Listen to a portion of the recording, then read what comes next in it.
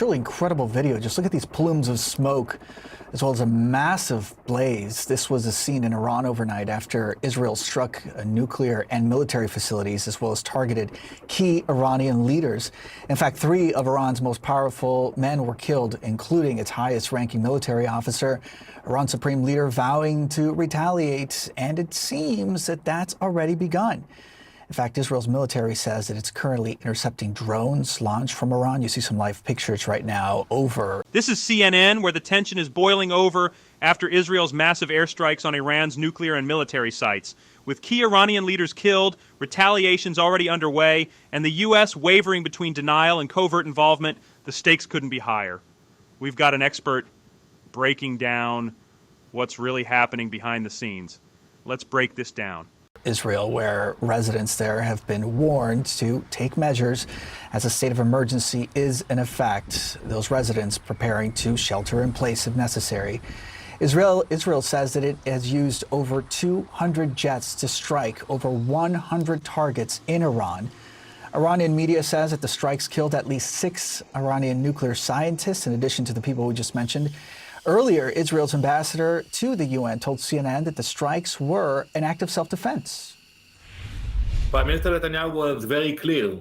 We took a preemptive attack to defend ourselves, and we are targeting the nuclear facilities and the ballistic missile centers in Iran. So we don't go into declarations now, we take actions. We decided not to wait for Iran to attack us with nuclear capabilities. We knew that they were plotting to do that. And while they were talking with many countries and negotiating, they moved secretly with a military plan to attack Israel. And what we did was an act of self-defense. And then there's this. CNN has just learned that the strikes hit Iran's main uranium enrichment facility and came just days before scheduled nuclear talks with the U.S., which may potentially be up in the air. Those talks, they were set to take place on Sunday in Oman. No indication if those plans have changed, though wouldn't be surprised.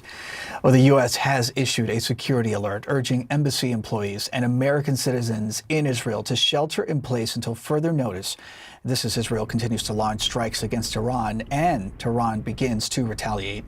The warning coming as the Trump administration is trying to distance itself from those attacks.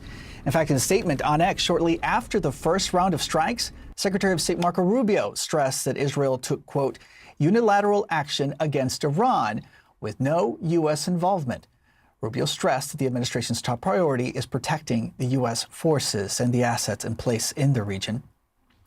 I'm joined now by Stephen Cook, Senior Fellow for Middle Eastern Studies at the Council of Foreign Relations. It's so good to have you, Stephen. My pleasure. I should also mention you're the author of The End of Ambition, America's Past, Present, and Future in the Middle East.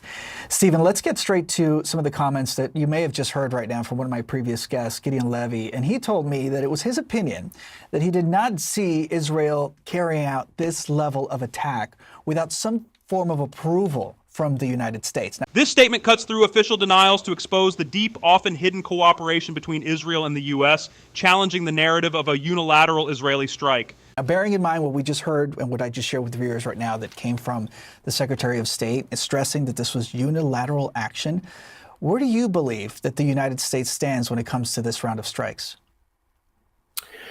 Well, it certainly is the case that President Trump has signaled over and over again that he wants a diplomatic solution to Iran's nuclear program, whereas Israel has said no solution is possible as long as the Iranians can enrich uranium. So there is a difference between the two. But of course, the Israelis did inform the United States that this operation was going to happen. And as a result, it is entirely possible that the president either blessed it or said, you're on your own. But at the same time, there's a tremendous amount of security cooperation between Israel and the United States. And it is possible once it was underway that the United States offered intelligence support to the Israelis as the operation unfolded.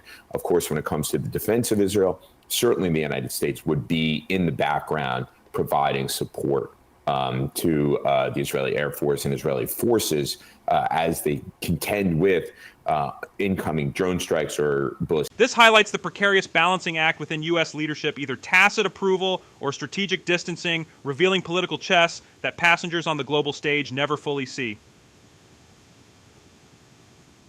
Missile strikes.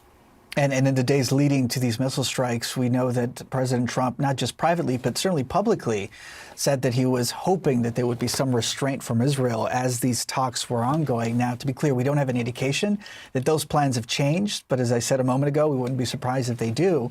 So do you think that the president in the U.S. still has a chance of getting these sides to the negotiating table after what we just saw the last few hours and what has been promised in the hours and days ahead? I think it's quite unlikely that the Iranians are going to show up for talks this coming weekend, especially as Israeli journalists are reporting that there was full coordination between the United States and Israel, and that, in fact, the United States and Israel were engaged in a rather elaborate deception campaign that made this attack more effective than it otherwise would be. Here's the game changer: admission that behind-the-scenes deception amplified the strike's impact, unveiling deeper layers of manipulation shaping Middle East power plays.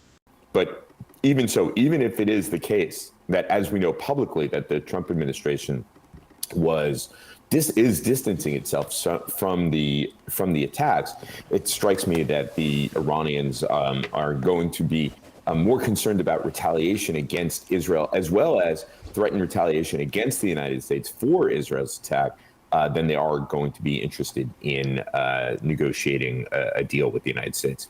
Stephen, you wrote the book on the future in the Middle East, quite literally, as we just said a short while ago. So help us look into the future.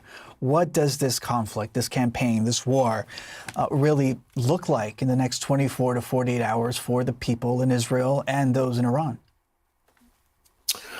Well, it certainly is the case that there are going to be strikes and counterstrikes. It really depends on how effective Israel's initial blows really were. There was an attempt to decapitate Iran's armed forces, the Islamic Revolutionary Guard Corps, to destroy its nuclear infrastructure as well as its nuclear scientists. So the question remains whether Iran really has the capacity any longer to strike in ways that will deal a major blow to Israel. If they do, there are going to be multiple rounds of Israeli strikes and Iranian counterstrikes. If they don't, we are really genuinely in a new era where the Islamic Republic has been defanged.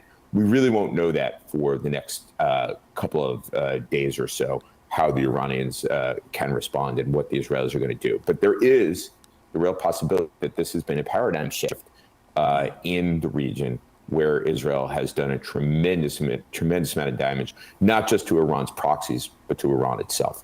No doubt we are at a critical crossroads, Stephen Cook, and we're so happy that you were able to join us to offer some great perspective. Thank you. Israel's sweeping strikes on Iran's nuclear program mark a possible paradigm shift in the region, fueled by covert U.S.-Israel coordination despite public claims of unilateral action.